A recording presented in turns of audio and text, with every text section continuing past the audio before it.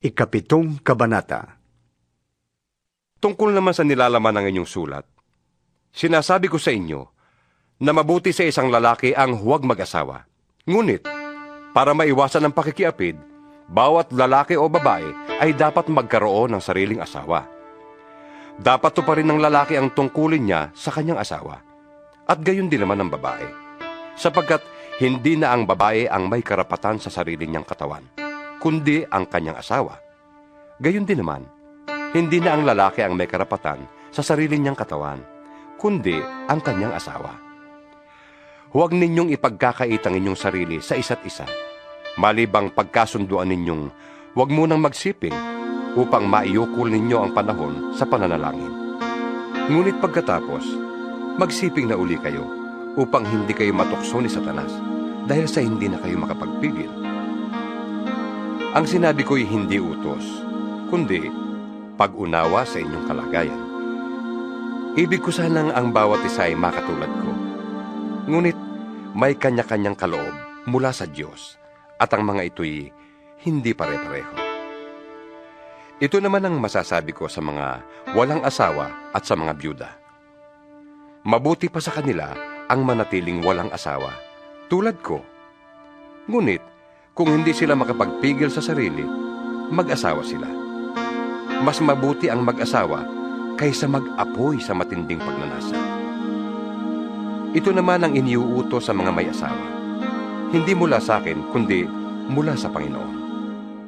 Huwag makipaghiwalay ang babae sa kanyang asawa. Ngunit, kung siya hihiwalay, manatili siyang walang asawa, o kaya'y muling makipagkasundo sa kanyang asawa. At huwag namang hihiwalayan ng lalaki ang kanyang asawa. Sa iba naman, ito ang sinasabi ko. Ako ang nagsasabi at hindi ang Panginoon. Kung ang isang lalaking sumasampalataya ay may asawang di sumasampalataya at ibig nitong patuloy na makisama sa kanya, huwag niya itong hiwalayan. Kung ang isang babaeng sumasampalataya ay may asawang di sumasampalataya at ibig ng lalaking magpatuloy ng pakikisama sa kanya, huwag siyang makipaghiwalay. Sapagkat ang lalaking hindi sumasampalataya ay nagiging katanggap-tanggap din sa Diyos sa pamamagitan ng kanyang asawa. At ang babaeng hindi sumasampalataya ay nagiging katanggap-tanggap sa Diyos sa pamamagitan ng kanyang asawa. Kung hindi gayon, ay hindi magiging malinis sa paningin ng Diyos ang kanilang mga anak. Ngunit, ang totoo, ang mga ito ay katanggap-tanggap sa Diyos.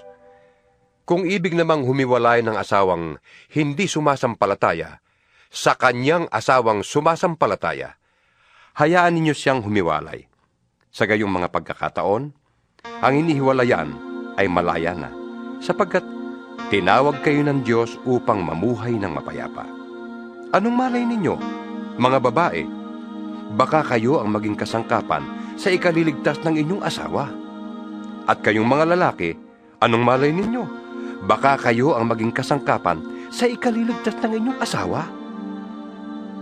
Mamuhay ang bawat isa ayon sa ipinagkaloob sa kanya ng Panginoon.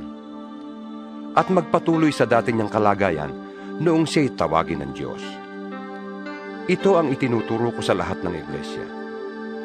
Kung ang isang lalaki ay tuli nang siya'y tawagin ng Diyos, huwag niyang alisin ang mga tanda ng pagiging tuli. At kung hindi naman, huwag na siyang patuli. Hindi mahalaga ang pagiging tuli o hindi tuli. Ang mahalaga'y ang pagsunod sa mga utos ng Diyos. Manatili ang bawat isa sa dating kalagayan niya sa buhay nang siya'y tawagin ng Diyos. Ikaw ba'y alipin nang tawagin ng Diyos? Huwag mong intindihin yon. Ngunit kung may pagkakataon kang lumaya, samantalahin mo. Ang isang alipin noong tawagin ng Panginoon ay malaya na dahil sa Panginoon. Gayon din naman, ang taong malaya nang siya'y tawagin ni Kristo ay naging alipin ni Kristo. Malaking halaga ang itinubo sa inyo ng Diyos. Huwag kayong paalipin sa mga tao. Mga kapatid, anuman ang kalagayan ninyo sa buhay nang kayo'y tawagin, manatili kayo sa pakikiisa sa Diyos. Tungkol naman sa mga walang asawa, wala akong maibibigay na utos mula sa Panginoon. Ngunit magbibigay ako ng aking kuro-kuro bilang isang taong mapagkakatiwalaan sapagkat kinahabagan ako ng Panginoon. Dahil sa matinding kahirapan sa kasalukuyan, inaakala kong mabuti pa sa isang tao ang manatili sa kanyang kalagayan. Ikaw ba'y may asawa na? Huwag kang makipaghiwalay. Wala ka pa bang asawa? Huwag mo nang hangaring magkaasawa. Ngunit kung ikaw ay mag-aasawa, hindi ka nagkakasala. Kung ang isang dalagay mag-asawa, hindi rin siya nagkakasala. Ngunit ang nag-aasawa ay magdaranas ng mga kahirapan sa buhay na ito. At iyan ang ibig kong maiwasan ninyo. Ito ang ibig kong sabihin, mga kapatid. Malapit na ang takdang panahon. Kaya't mula ngayon, ang may asawa ay mamuhay na parang walang asawa. Ang mga nananangis na parang di nananangis. Ang mga nagagalak na parang di nagagalak. Ang namimili na parang walang ari-arian. At ang mga may tinatamasa sa sanlibutan ito na parang di nila ito binibigyan ng halaga. Sapagkat ang lahat ng bagay sa daigdig na ito'y hindi na magtatagal. Ibig kong malayo kayo sa mga alalahanin sa buhay. Ang pinagkakaabalahan ng lalaking walang asawa ay ang mga gawaing ukol sa Panginoon. Sapagkat ibig niyang maging kalugod-lugod sa Panginoon. Ngunit, ang pinagkakaabalahan ng lalaking may asawa ay ang mga bagay ng sanlibutan ito, sapagkat ibig niyang makapagbigay lugod sa kanyang asawa. Dahil dito'y hati ang kanyang malasakit.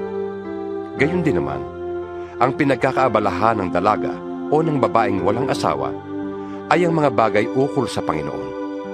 Sapagkat ibig niyang maitalaga ng lubusan ng sarili sa paglilingkod sa Panginoon. Subalit, ang iniintindi ng babaeng may asawa ay ang mga bagay ng sanlibutan ito, sapagkat ibig niyang makapagbigay lugod sa kanyang asawa. Sinasabi ko ito upang matulungan kayo. Hindi ko kayo hinihigpitan. Ang ibig ko'y maakay kayo sa maayos na pamumuhay at nang lubusan kayong makapaglingkod sa Panginoon. Tungkol sa magkatipan na nagkasundong di pa pakakasal, kung inaakala ng lalaki na nagkakaroon siya ng masidhing pagnanasa sa kanyang katipan, bagay na di nararapat, at dahil dito'y kailangang pakasal sila, ituloy nila ang dati nilang balak.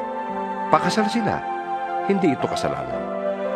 Kung talaga namang ayaw na niyang pakasalan ang kanyang kasintahan at walang dahilang nakakapilit sa kanya at kaya naman niyang pigilin ang sarili, tama lang na hindi niya pakasalan ang kasintahan. Kaya nga, mabuti ang magpasyang pakasalan ang kanyang kasintahan. Ngunit, mas mabuti ang hindi mag-asawa. Ang babae ay nakatali sa kanyang asawa habang nabubuhay ito.